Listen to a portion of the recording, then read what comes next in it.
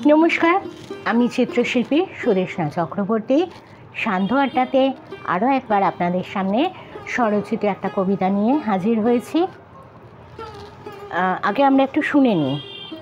আধুনিক সভ্যতা। হুতাশনের সর্বগ্রাসের দিকে এগিয়ে চলেছে মানব সভ্যতা। আবেগ সেখানে অবান্তর। এক কৃত্রিম জীবনে অভ্যস্ত আমরা।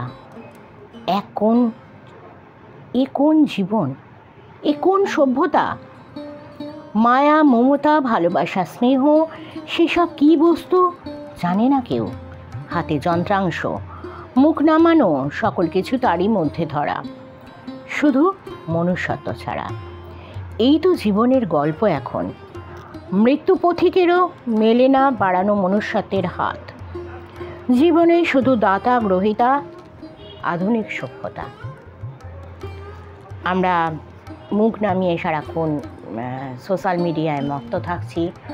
ছোট ছোট ছেলেমেয়েরা কোথা থেকে হাতে আগ্নেয়াস্ত্র পাচ্ছে জানা যাচ্ছে না, একে অন্যের প্রাণহানি ঘটাচ্ছে।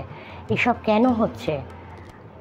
আমরা অভিভাবক অভিভাবিকারা কি এতটুকু সচেতন নয় যে আমাদের বাচ্চাদের হাতে কোথা থেকে এইসব জিনিস আসছে, কেন আসছে, তাদের মননে চিন্তনে এসব কেন আসছে? তাদের খেলনাটা কি? তারা আজকাল আর মাঠে খেলে না, তারা হই হট্টগোল করে না, সাইকেল নিয়ে ছোটাছুটি করে না। তাদের হাতে একটাই খেলনা, মোবাইলে তারা একে অপরকে গুলি চালাচ্ছে, এই ধরনের খেলনা। গার্জেনরা কি কোনো খবর রাখেন না? না হলে এইসব কেন ঘটছে? আধুনিক সভ্যতা কি প্রাণহানি ঘটাবে? ভাবনার বিষয়। আপনারাও ভাবুন, কমেন্ট বক্সে কমেন্ট করে জানান কেমন লাগছে। আর ভালো লাগলে অবশ্যই লাইক দেবেন। আর আমার সঙ্গে চ্যানেলটিকে সাবস্ক্রাইব করে এক্সটেন্ডেড ফ্যামিলির অংশ হতে ভুলবেন না।